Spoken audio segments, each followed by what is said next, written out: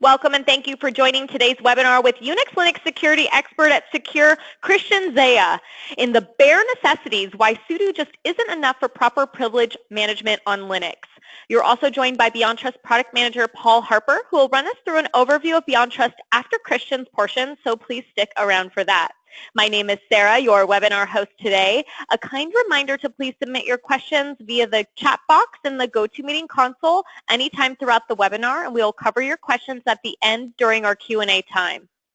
Also, today's session is being recorded, and all registrants and attendees will receive a link to the recording and the slides shown here today within 1 to 2 business days from now.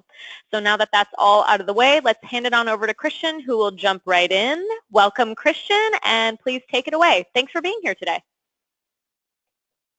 Hello. So maybe I will just start with several information about myself. My name is Krystian, and I'm Linux and Windows security and infrastructure administrator. Today we'll focus on Sudo, how you can implement it in your enterprise, and actually about the capabilities that are lacking in Sudo and what you can do about it. Sudo is a great tool. However, obviously it has some limitation, and we'll try to focus on what you can do, and maybe I will suggest some feasible solutions to your enterprise. I work for Secure, and here you can see what we are focusing on. Generally, our main job is security. So we try to secure your Linux and Windows infrastructure using different approaches. Penetration test, trainings, forensic analysis, and also doing some security awareness training for employees and managers. So let's dig into my presentation. We'll first start with a small recap what you can do with Sudo and how you should use it. Then I will move you through several best practices. If you implement those, your environment should be on a safer side. No matter if you are using just Sudo on Linux systems, or maybe you are using some third-party software to manage Sudo, those best practices would still apply. Event logging. This is crucial for companies that must comply with some security standard. Like, for instance, you deal with credit cards, you have to comply with PCI DSS standard. And the standards mandate you to keep all the records of the commands that were executed by privileged users. In case of Linux systems, it can be root, but it can be also other users with high privileges that you create along the way to supplement your applications or to just allow developers to do more on the servers. Then, on top of event logging, another quite nice feature that is built into Sudo, however only in the newer versions, is full session recordings, which means that actually you can capture both input and output of the commands that user executed on the system. Okay, so this is small agenda, and in proper places I will just point you out that Sudo is lacking this capability as a built-in. So you have to figure out what other systems you can actually deploy along Sudo to resolve this problem. Okay, so what is Sudo? Sudo is a nice utility that you can find on Linux and Unix systems that allows us to delegate authority. In the past, many companies actually allow multiple users to share a root password so that several administrators can log into the system and actually perform some modifications. Obviously, password sharing is not a good idea because then we cannot trace the actions back to the user who executed. If, for instance, Krystian would log with a password, and as user root, and Mike would do exactly the same, and we would crash the system or steal some data from it, who would be responsible? Impossible to trace. Yes, obviously in varlog secure, you would see our IP addresses, but let's assume that we use another server. It makes really hard to prove that someone executed the actions. Then we as system administrators sometimes don't want to perform all the activities on the server. We would like to delegate parts of our responsibilities, for instance, to database administrator.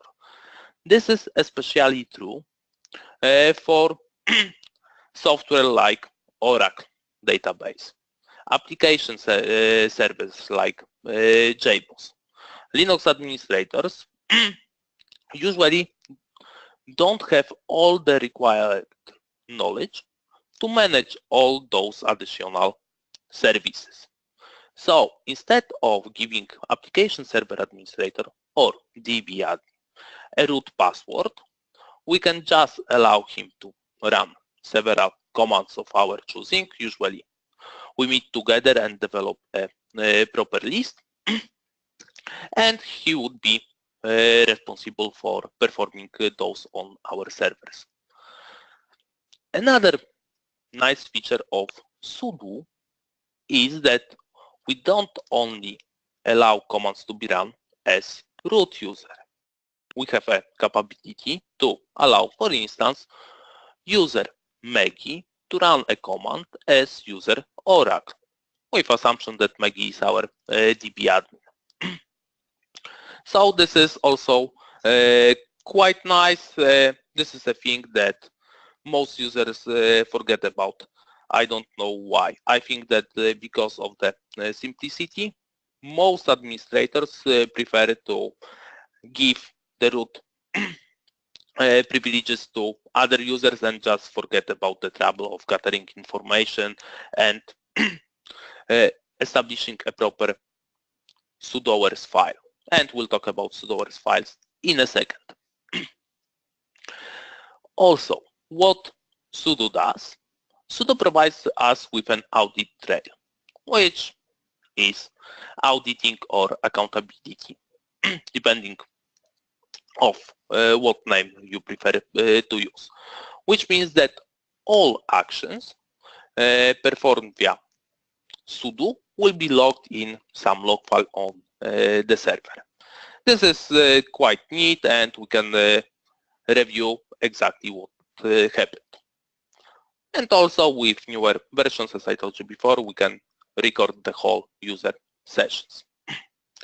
So how Sudo works? Generally, very simple. Taking an example from the slide, to restart Apache Web Server on Red Hat-based systems, normally I would issue systemctl restart httpd. Okay, but that would mean that I need to log into that system as a root, which has some security implications, but also it introduces a risk to the environment. I could make a very simple error, a typo, and I could crash the server. With Sudo, it's a little bit more secure. However, obviously, if you type sudo rm / then you would crash the server, but still it's just another layer of security, so maybe you will think twice before executing the command. If you would like to be able to execute a command without sudo, you would need to be an admin. If I would like to be a user named Krystian, which doesn't have root privileges, I just prefix my standard command with sudo. Then sudo checks a file called etc sudoers. This is a crucial file because it contains all the definitions, which means privilege assignment to the users, hosts, and so on. We'll talk about it in a second, to a certain user. So this is our policy file, let's call it that way. If I'm a member of sudoers, so user Krystian exists there, sudo program then checks if I'm allowed to execute command in question. In my example, systemctl restart httpd. If I'm allowed, sudo program executes this command as user root here. But obviously, as I told you before, sudo is capable of executing the commands as other users also. So, sudoers file is the most crucial file when we are configuring sudo. And mistakes in this file definitions can cause really not nice end results for our servers. But before we start talking about that, let's review the basic structure of sudoers. In every sudoers files, we have a privilege section, which generally defines who, this is our username, on which systems, which means where, because sudo is the enterprise-wide file. So here we provide hostname, IP addresses, things like that.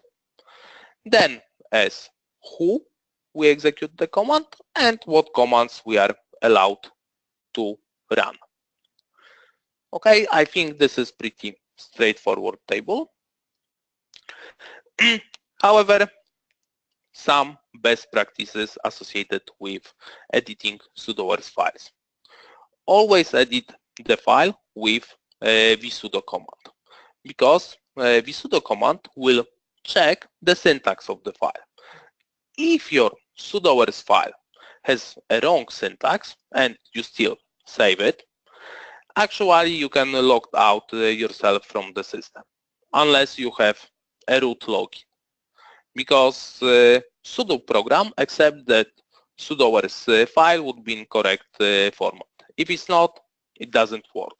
If root login is disabled, this is the end of your server. So this is first thing.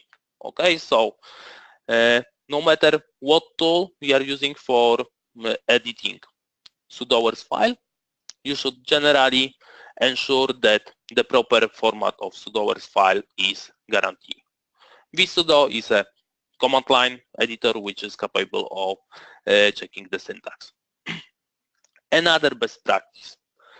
Most companies don't follow it. I don't know why, but this is just real life experience. We should have one and only one file for the whole enterprise. If you decide to have separate sudoers files for every server, and in bigger environments you have 200, 400 servers without any problems, you can easily have more. Those things are not manageable. So generally, even if you are not using third-party tools for managing sudoers file, you should figure out that you should have only one file for the whole enterprise, or maybe two. One for your internal zone, one for your DMZ zone. That is completely fine. So you should have to figure out how to centralize this file. Because if you use separate files after a year or two, you would have a lot of bad things inside, like for instance, employees with privileges that are not working anymore, or a wrong definition. Next thing, you should use host alias to group servers. So as you can see in the table on the right side, the second column specifies on which server I can execute the command. And obviously, if you would like to add user Krystian root access to 300 servers, it doesn't make sense to type Krystian 300 times and provide 300 host names. You should group them in reasonable groups that you can define using host alias command in sudoers file. I think it's pretty straightforward. Obviously, if you would like to grant user Krystian access to all the systems, you can use a standard all substitution, which goes for the systems and also for the commands, which means all servers.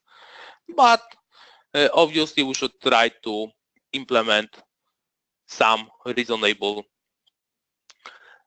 role-based access control. So if I'm managing part of the servers, I should only have access to those.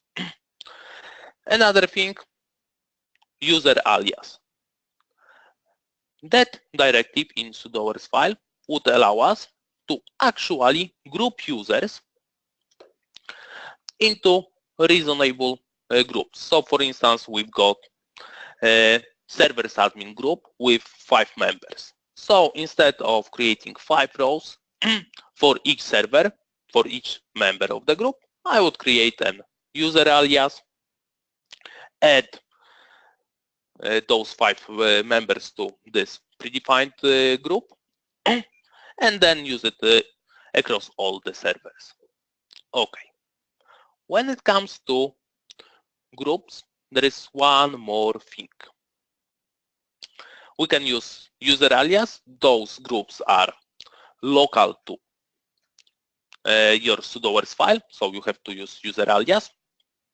You can use %sign group name, which means that it will work with your local Linux group. You can even combine sudo with actually other systems. However, this is painful, and those other systems can be, for instance, Microsoft Active Directory. This is, in my opinion, one of the most lacking places of sudo. Definitely, it's doable. However, it's not so easy to do and requires a lot of additional things on administrator side. So those are the basics. So just to demonstrate you the most basic demo of sudo, let's switch to my console. 1 second. I will copy a file and okay, I'm on dual screen setup, which means that handling my mouse is not the most efficient. Let me show you how sudoers looks like. Okay, so the things I talked about. Host aliases you can define like this. Mail servers, file servers, you can group them together. The same goes for user aliases.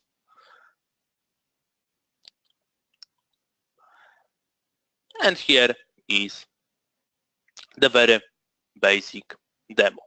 As you can see, I granted user Roger on machine sdemo-db01 access to all the commands. So I think this file translates pretty well to the table you saw on the slide. So let's check if I can do something. Using sudo, okay, I'm user Maggie, so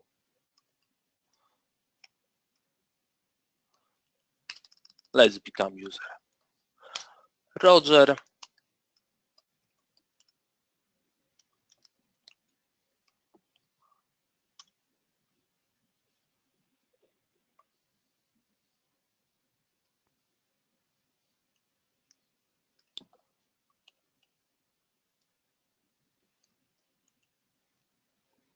Oops.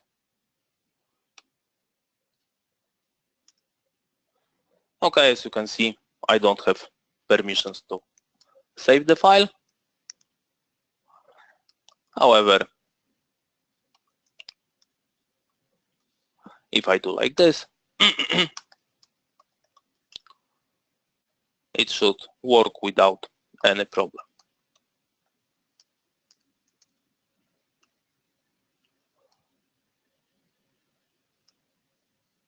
As you can see, it works just fine. Okay, so I think right now you've got a good grasp of what Sudo is capable of doing. So let's go back to the presentation and dig a little bit further. How we can actually restrict the privileges. As you saw in the example I provided, I granted access to all commands on machine SDModDB01 to Roger. This is obviously just for demo purposes, it's not a secure setup. However, Sudo allows us to grant only required privileges. And what we can do here, we can just assign a single command to user. If a user requires 3 commands, for instance, no issue, we can list all the commands in sudoers for particular users and separate the commands using a comma. We can also use command aliases, which I prefer. This is very similar to group setup or user aliases. Here we define all the commands and we can use it in privilege section of sudoers file. And obviously we can also use exclamation mark to deny commands. So for instance, I would like to grant user Krystian access to all the commands except su command. Su is a dangerous command because it lacks accounting. I would like to block it. Perfect place for using exclamation mark to deny su command. So best practice here, never grant all when it comes to commands to white access, in my opinion, and use command alias to group commands, the best approach. Okay, I told you that syntax of sudoer files is crucial, and by default, if you use Vim to edit sudoers or Pico, Nano, whatever editor you like to use, there is no validation checks, which means that you can crash your system. Another problem with it is the distribution. I told you that we should use 1 tops 2 files across the whole enterprise, which means that generally we should be able to distribute this file nicely. I prefer to use Ansible for that, but you can use also Chef, Puppet, and so on. However, nothing is built into Sudo itself, so you have to figure out something that will work for you. I don't recommend using rsync or SCP because the problems with Sudo is not only the syntax. If sudoers files has wrong permissions, Sudo won't work. So you have to figure out how to do it. So from best practice, that is not unfortunately enforced by Sudo, always validate sudoers file, use vsudo or any other methods. I will show you the method I'm using in a second.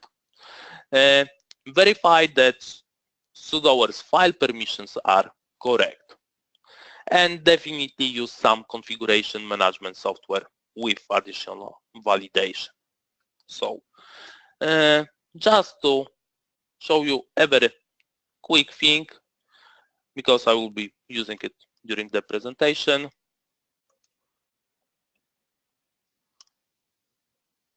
As you can see, I'm using Ansible, and here I use a validate option of a copy command, which means that before I copy the sudoers files to my destination servers, a syntax would be checked. And if something is wrong, obviously the copy would be blocked.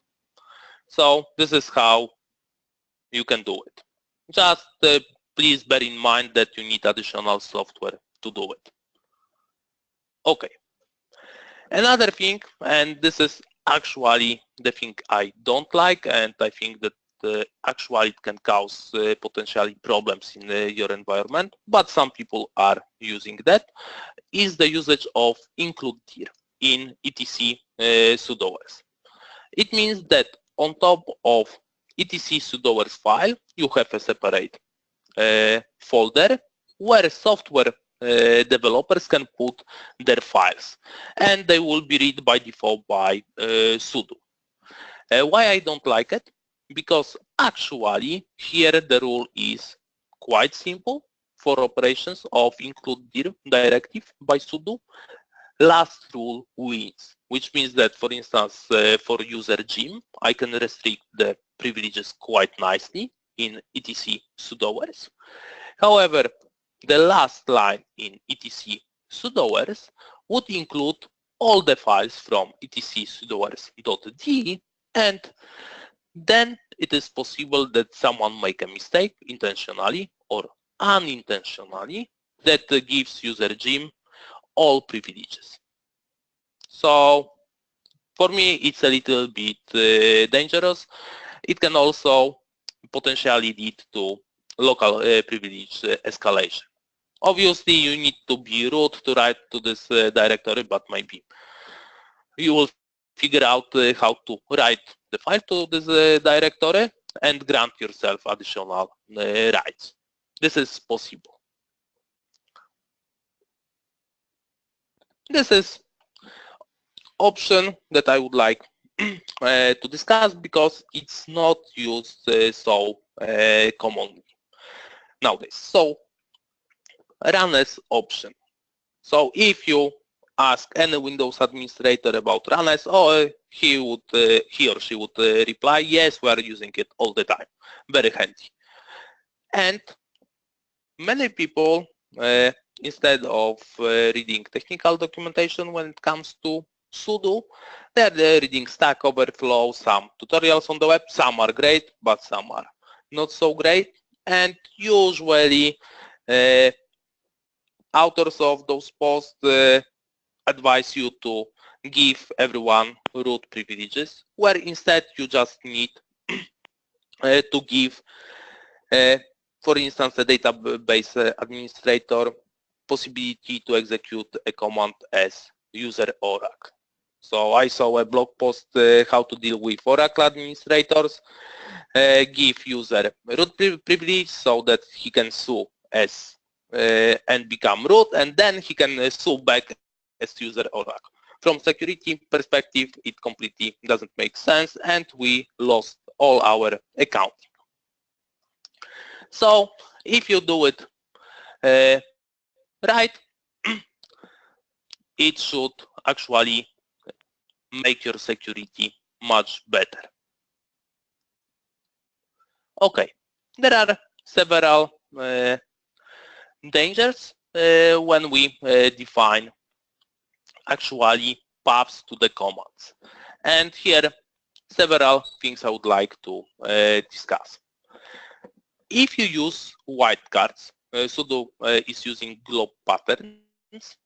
For instance, you can escape as demonstrated on the left side. So instead of executing a command from opt oracle bin, we just executed a command from bin directly, and we crashed the whole server. Right now, sudo is a little better when handling glob patterns. There is some security built in, but on older versions it was possible. And probably some of you are still running older versions of sudo, so bear in mind and verify that. So this is just an example that you should work really hard to actually prevent such things from occurring. For instance, if you have 6 executables under opt oracle bin, you should just list them with full paths and you would be on the secure side of things. unfortunately, this is a thing that Sudo allows you to define those go patterns in sudoers file. On top of it, sudoers has some very nice capability. On top of granting access to a command to a user, we can also restrict access to arguments. Very nice thing. So for instance, Rob, who would be my MySQL admin, would be only able to modify one file using vim mycnf, which is configuration file of MySQL database server. So here best practices would be always include full path to executable, always start with a slash, don't use glob patterns. Additionally, you can use a new settings, secure path, which will allow you to point to folders from where executables can be executed. And obviously restrict arguments. Shell escapes. What is a shell escape?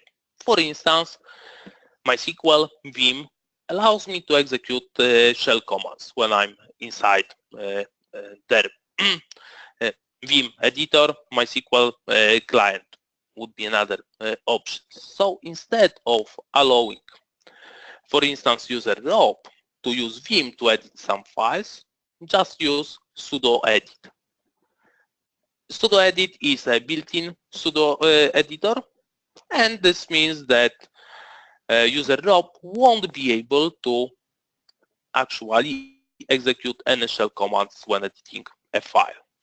Obviously, sudo edit will only work to prevent shell escapes when it comes to editing files. If you need something else, you can use no exec flags, which means that when user would start executable, being vim, he won't be able to escape to shell. So best practice, use it always to prevent shell escapes. Okay, so this is one more drawback of using sudo. You have to know all those things and how to configure sudo to make it secure in your environment. I'm not doing a lot of demos today, however, after the presentation I will give you around 20 demos so you can try to actually execute those in your environment to test. Okay, prevent su command is one of the crucial things. We always need to have some auditing. When we allow users to use su, we are just losing auditing capabilities, because what we would see in sudo logs, we would just see that user Krystian did su root. However, we have no information what user Krystian did as root. So this is also a point that is a little bit a minus on a sudo side for me. However, if you prevent users from executing bin su, we are on the safe side. So always prohibit su. Remember that when you type all in the command column of the privilege table in sudoers file, it contains su, sorry for that, and one more time, remember that the last rule wins. Okay, now we came to logging, and this is very important for, I hope, all of us. We should be able to actually trace user sessions when it comes to sudo. Logging is not bad, however, it's not centralized by any means. So it means that you will have a separate sudo logs on every system, and depends on your setup. You either would have a sudo log in varlog secure, for instance on Red Hat CentOS systems, or you can create your own log file, varlog sudo log, for instance. So you have some options. However, lack of centralized log management is problematic. However, in sudo logs, you will only see that user Krystian executed a command as, for instance, root to do something. Sudo can do much better than that. Sudo is capable of tracing all those actions. However, here we are still also missing centralized management of those logs, and those logs are not encrypted. This is sometimes problematic for users because those logs can contain, for instance, passwords or some other sensitive information. So bear in mind before actually enabling this in your environment that you expose your environment to another risk. Obviously, it can be also mitigated, but there is another risk for sure. And here, using IO logdir, we can define a folder that will actually contain all our traces.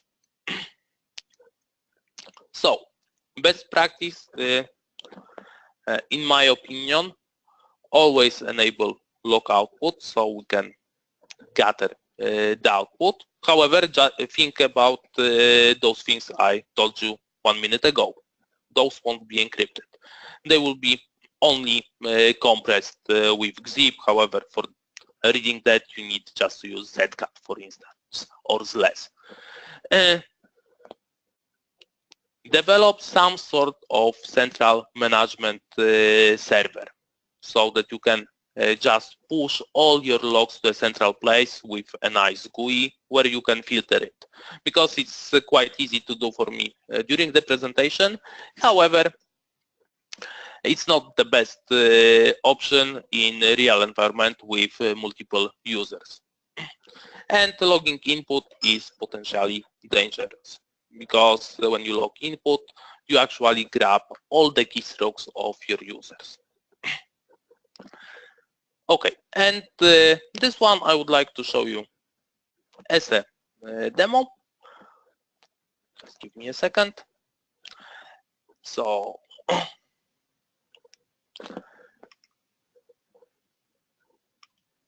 let's go here.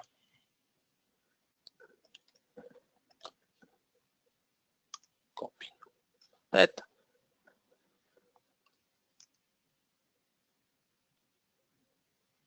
And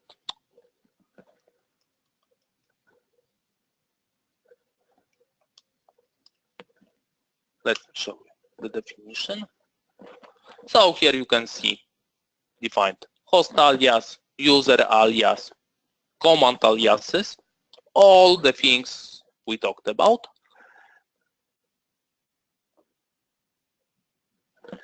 And also, where is my log? This is my secure path, so I allowed only to use those folders to execute my executables. And let me just quickly, yep, got it. My custom log files. By default, var log secure. However, with this file, it will be logged to my custom file. So let's do maybe like this. Why not?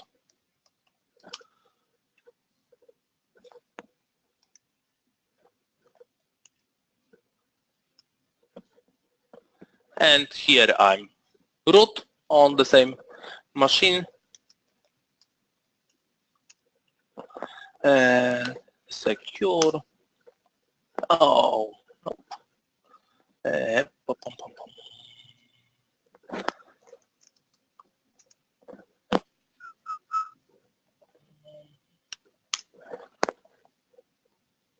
It should be here, if I'm not.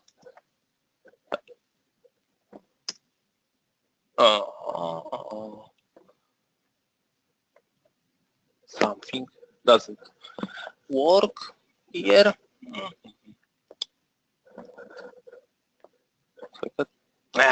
Yep. Okay. I'm a genius. I'm on the wrong machine. So, sorry for that.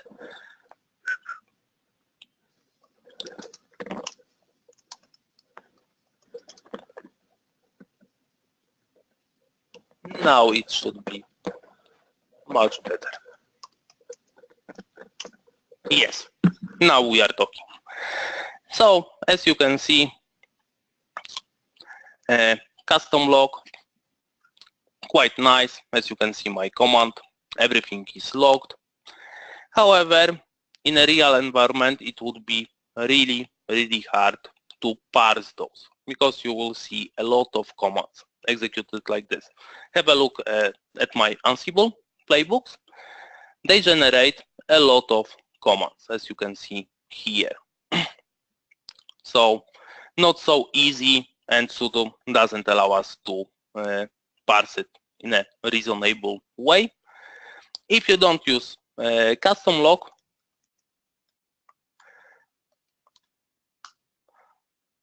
obviously you will have everything in your var log secure file, as you can see like this. So using a custom log or using predefined log utility on your Linux distribution is up to you.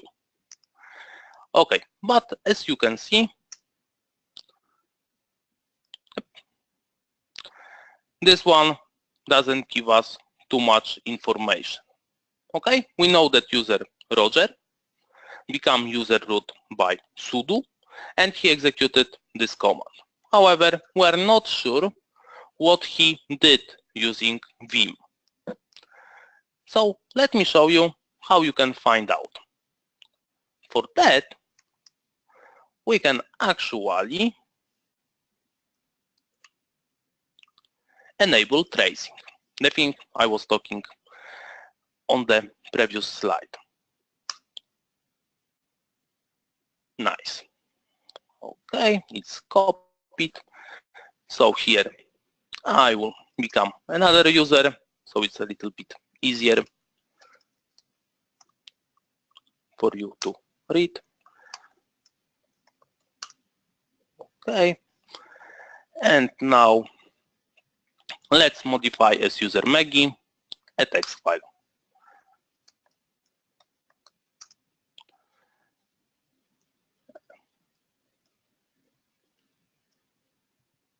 Okay, that should be enough. And one more command, cat root.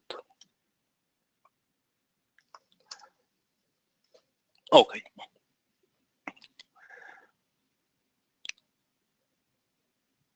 So right now I can go to cd var log sudo io. This is a folder I defined for our traces according to the slide.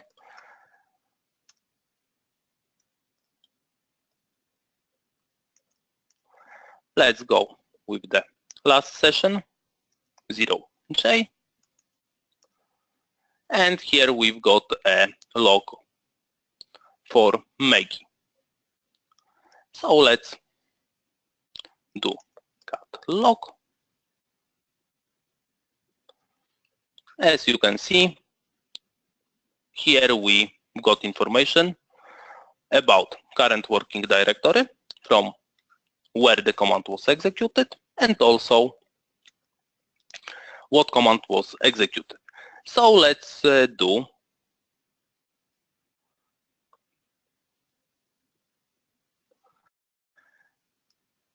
zcat tty out. So here we can actually display exactly the commands that the output that Maggie saw.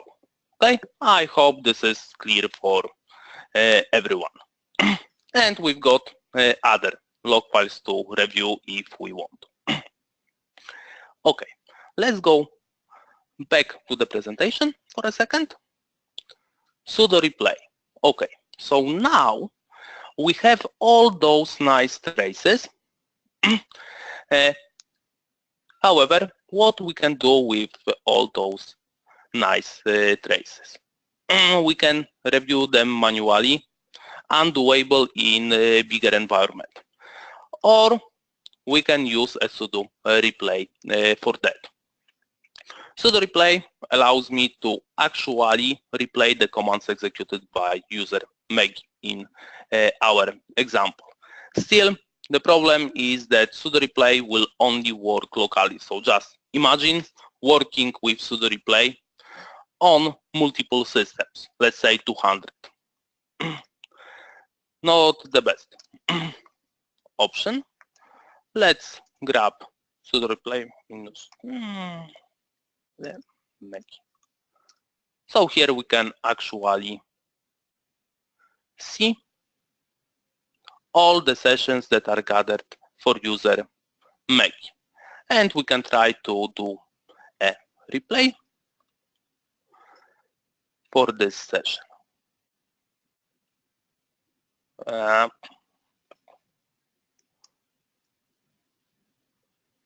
As you can see, this is exactly what was done here. And let's replay the previous session with vim command. Sudo replay, we provide ID, and you can just watch and relax.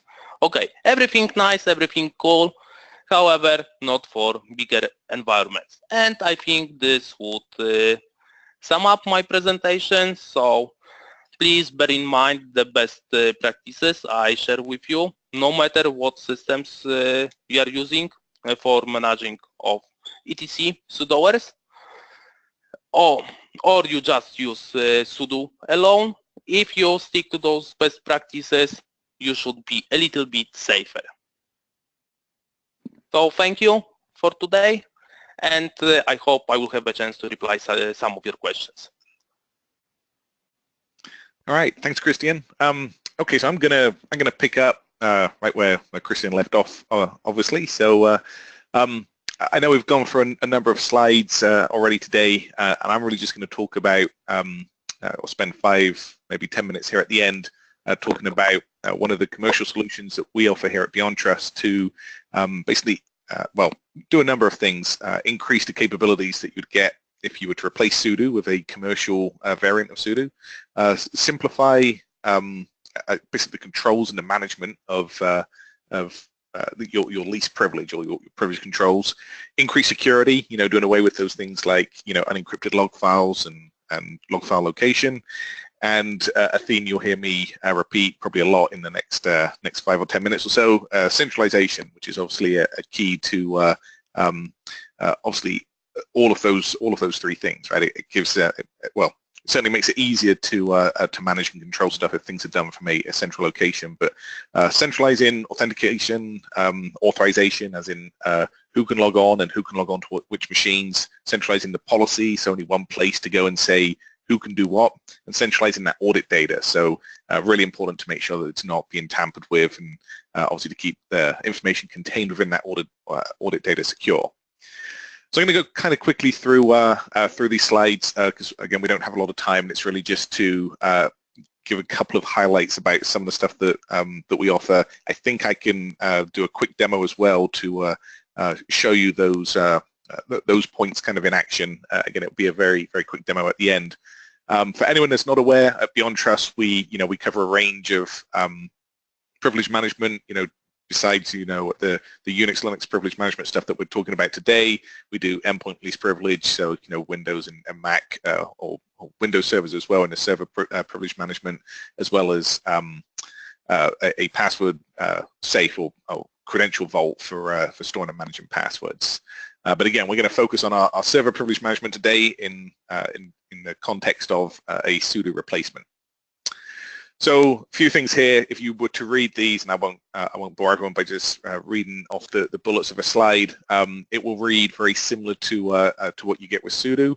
Probably one of the big things I'd call out here would be system level control. Again, this is kind of repeated in the next few slides. So I'm going to talk about that, maybe even just cut straight to the demo so we can see that in action.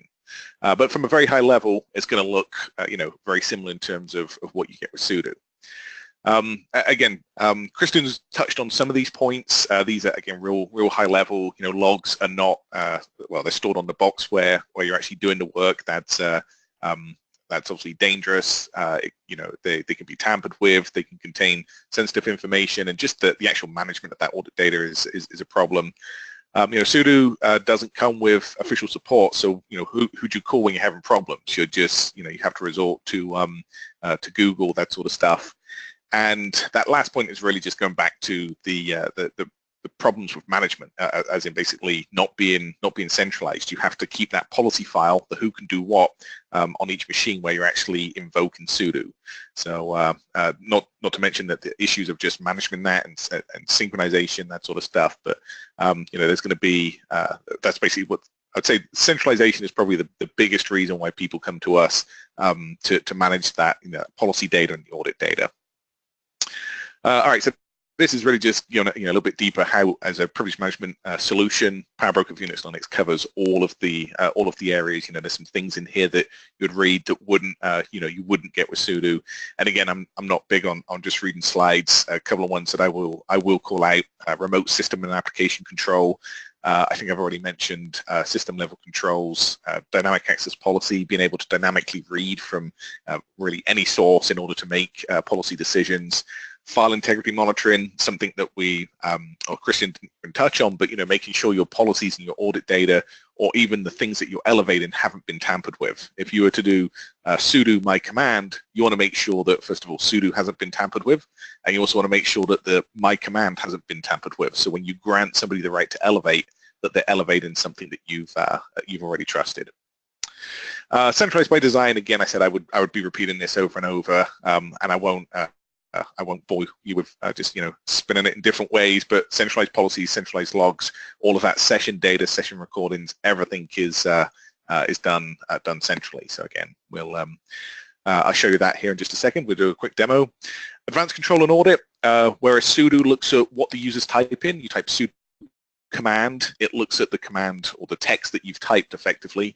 With a solution like PowerBroker for Unix and Linux, we look at the thing the system's actually going to run. So regardless of the word that you type or the command that you claim that you're going to execute, we actually look at what the system's going to do and make decisions there. We also have that applied to the actual all of the file system controls. So try not to get too technical too quickly. When Krystian showed the no exec function in Sudo, that basically means no executable or no executing, which is just one file system function. Other file system functions are things like read and write, delete, obviously. So we can control all of those file system calls. I think there's about 14 or so in total.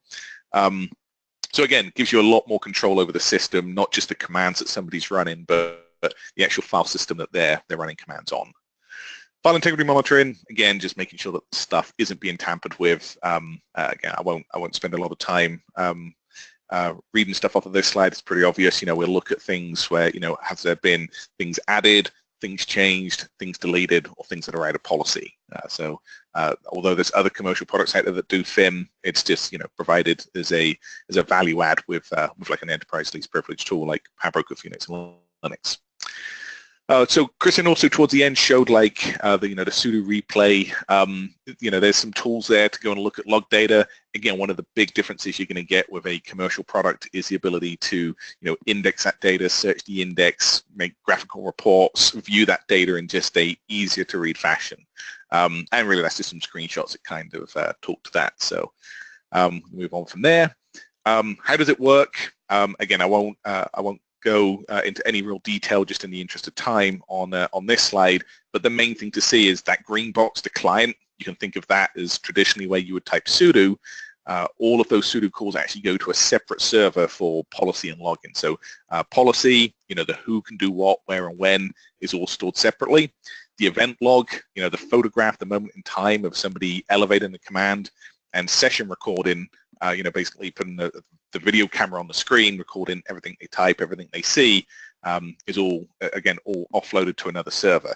Again, for us, things like encrypting that traffic when it's in motion, encrypting that traffic or the data at rest, and also being able to filter out things like when people type credit card information or passwords, not storing that in session files.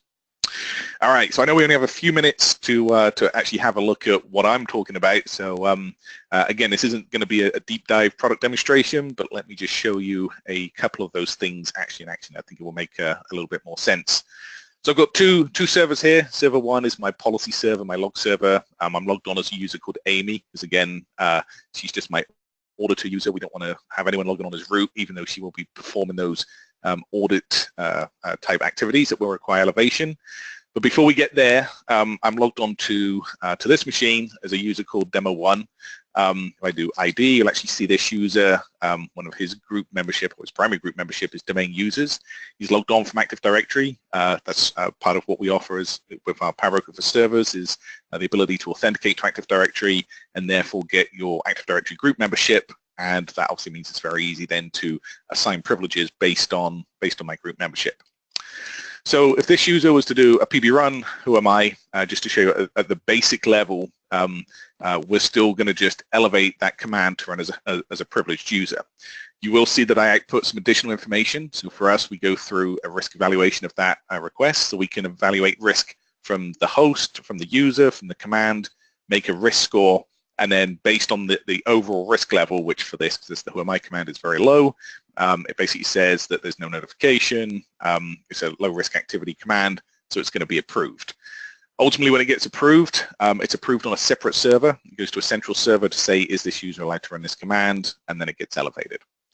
If I wanted to see everything that this user is allowed to do, I can do a PB run show, and I get a list of the various groups, commands, and a description of what those actually are.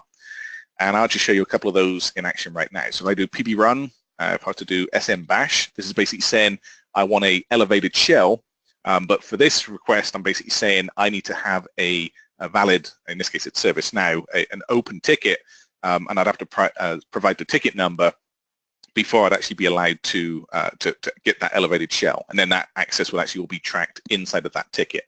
I'm not going to do that just again for the interest of time. I can skip that by in my lab at least, just doing a PB run bash, and that will just give me an elevated shell. You'll see that when I elevate the shell, the terminal colors change. We'll actually get a message here saying that my session's been recorded. It's been recorded with the date, the time, the server that I'm logged on to, the user, which is Demo1, and the command that I issued to get that elevated shell being bash. And obviously now all of that's been recorded on that central server. The policy was checked centrally, and the recording file will actually happen centrally as well. So we're just going to do a couple of things very, very quickly. If I run the ID command, you'll see I'm logged on as root. If I run the reboot command, you're going to see that I'm not allowed to run that. So even though I'm logged on as root, it actually reports that as not being available. Even if I provide the actual path, I'm getting permission denied. If I was to do an ls-l on that, you'll actually see that the reboot binary is owned by root. Everybody has execute permissions, but it's actually being blocked by us at a system level. So it actually doesn't matter how it gets called. I've actually got a symlink here in my home directory for ID, a command that we know I can run because I can see my ID information. So if I was to try and call my symlink, because it ultimately points at the reboot binary, again, I'm going to get permission denied. Last thing I will show real quick, because it's really cool, is I've got a script in here called demo script, and what I've done is put some malicious stuff in there, but basically turned off or redirected the output to be dev null. So basically I run the script and the script runs, but you don't actually see what's happening. One of the things that's really neat about our solution is over here, as Amy, we can do a PB run show, and she has a limited set of things that she can do, one of which is to control the product and look at the log information. So a few commands just very, very quickly. If I do list logs, first of all, Amy can get a list of all of the current log files. This one here is the one that's actually running in this session. So Amy can now do a PB run replay, even though the session's still in motion, and basically step through that entire session. Everything I just typed, everything I saw onto the screen to the end. Once she gets to the end, if I was to come back onto this session and do something else, everything I type in screen 1 is going to get shown over here on the other screen. But what's really important is you'll see that when I replay that session, we see that the script ran and just that it started and finished.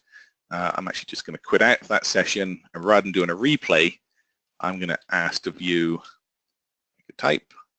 This is the last thing I'm going to show, then we'll wrap things up. If I run a history against that, I can see basically the user logging on, the folder that they were in, and again, nice and easy to see. The ID command was allowed, just running reboot was blocked, trying to run the explicit path of reboot was blocked, doing a directory listing of the reboot binary was allowed, and I did a directory listing, did the ID command.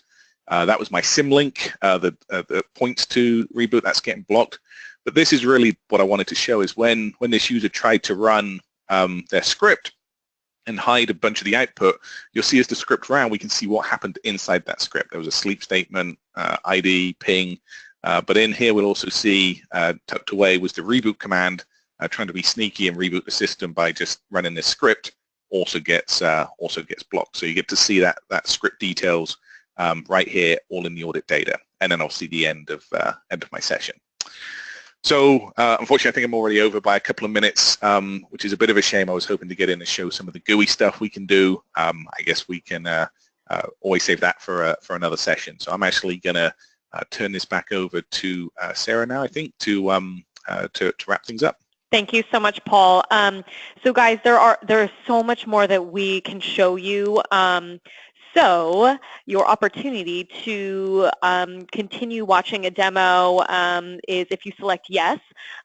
If you do select yes, somebody will be in contact with you to schedule a demo, walk you through PowerBroker for Unix, Linux, any of our other PAM solutions, Retina, our vulnerability management solution, and just to have a deeper conversation with you about your needs, what you're looking for, and to run you through a demo. So select yes, somebody will be in contact with you. I know we're over time, so if you have to leave, go ahead and jam out, but I'd like to get through a couple of questions that did come in live from the audience. This came in for you, Paul. So how does PowerBroker compare with IAM on AWS?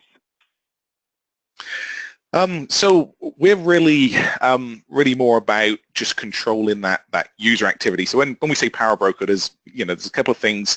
Our control is really for those interactive sessions down there at the system level. So there are other products out there, Sudo being one of them, right, to control what the user can do. And again, I would much rather see somebody using Sudo than using nothing at all. If you're really happy with Sudo, we actually have some tools that help with the management of Sudo. We're really just demonstrating one tool that we have and some of the capabilities that you get with that. So I know this is kind of a lengthy answer, but probably the best thing to do would be to request a full demo and address that in a lot more detail, because it would probably chew up 10 minutes here going through a lot of the differences, things we offer that they don't, or where one fits and the other one doesn't. Right, and that's why we offer this poll at the end, you guys, because we don't want to take up the entire webinar with a product demo. So select yes, and then you can have way more time with somebody from Beyond Trust to walk through some of those features and functionality. Krystian, this came in for you. Is it advisable to have the sudoers file stored in LDAP? In this case, is it possible to have a local fallback version and give priorities, for example, LDAP first, then local file? Actually, it depends on the implementation, how you decide to manage. LDAP is lightweight directory access protocol, and using, for instance, free IPA solution from Red Hat, it can be used for managing sudoers file. And then, yes, you can fall back to your local version. However, there are some limitations of this, and the limitation comes with management. If you decide to keep a lot of local versions, I can guarantee you that you won't be able to manage them after a while, because those local files are not centralized. And when we deploy multiple servers, this is actually a problem for us, because it's very easy to leave something behind. And that something can expose our systems to some security vulnerabilities. So yes, it is technically possible to integrate, for instance, using free IPA sudoers into LDAP, and also keep a local version. However, those local versions, I'm not the biggest fan. So even if you don't go with the third-party solution, I strongly believe that you should have one, maybe two, depends on the situation, Sudo OS files across your whole enterprise. Okay, guys, it is time to wrap this up. A reminder that you will be receiving a follow-up email from our email alias communications@beyondtrust.com that will include a link to the slide shown here today and to the recording. So be on the lookout for that follow-up, and you can rewatch, send it out to colleagues who weren't available, and re-educate yourself if you had any other questions. And again, a huge thanks to our experts today. Thank you guys so much for being here, and we will see you guys at our next webinar. We appreciate you all. Have a wonderful rest of your day and your week. Take care, everybody. Goodbye.